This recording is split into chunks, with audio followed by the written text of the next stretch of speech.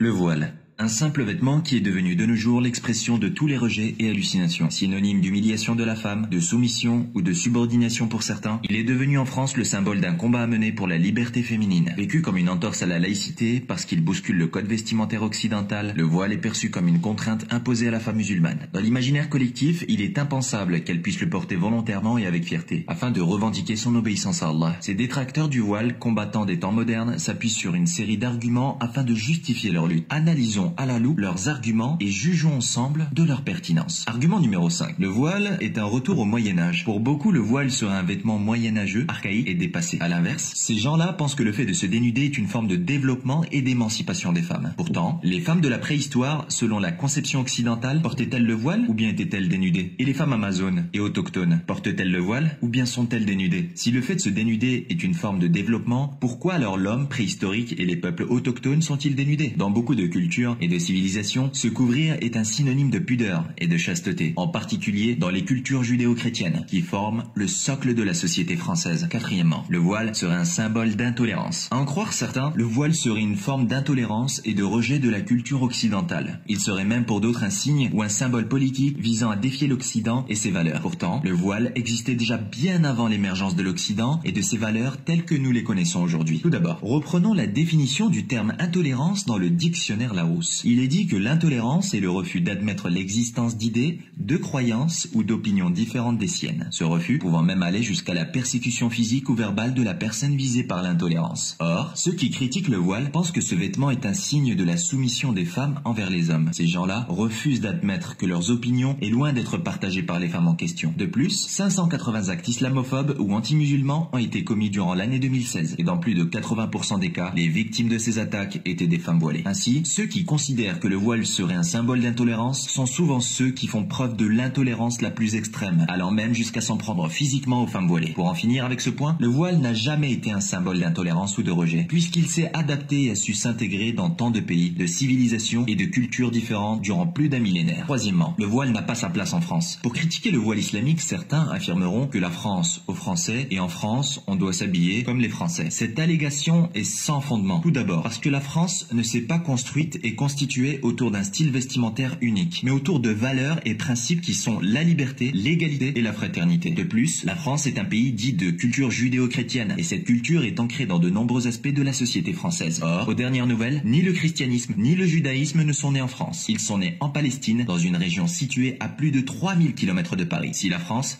a réussi à intégrer des religions et cultures venant de plus de 3000 km, elle n'aura certainement pas de mal à accepter une nouvelle culture venant d'à peine 1000 km plus loin. Deuxièmement, en islam, la femme porte le voile et l'homme ne porte rien. C'est injuste. Beaucoup de féministes crient au scandale en affirmant que le voile est un vêtement misogyne. Ces féministes allèguent que seule la femme est contrainte à porter une tenue vestimentaire spécifique alors que l'homme est libre de s'habiller comme il le souhaite. Cette affirmation est purement et simplement fausse. L'homme en islam a non seulement une tenue vestimentaire exigée, mais il doit aussi constamment porter un voile, qui n'est autre que le fait de baisser son regard, comme le dit le Coran dans Surat An-Nur. Ainsi, l'homme, en plus de sa tenue vestimentaire, doit constamment faire attention à son regard et ne pas laisser ses yeux se promener n'importe où. Premièrement, la femme porte le voile car elle est soumise à son mari. Bien que cette idée soit très répandue, nous allons voir qu'elle n'en reste pas moins fausse. En effet, si la femme porte le voile car elle est soumise à son mari, que dire alors des jeunes filles célibataires qui le portent, ou encore des veuves et des femmes divorcées? Certaines personnes pensent que ces femmes subissent la pression de leur famille, de leur père ou de leur frère. À ces personnes, nous leur demanderons de nous dire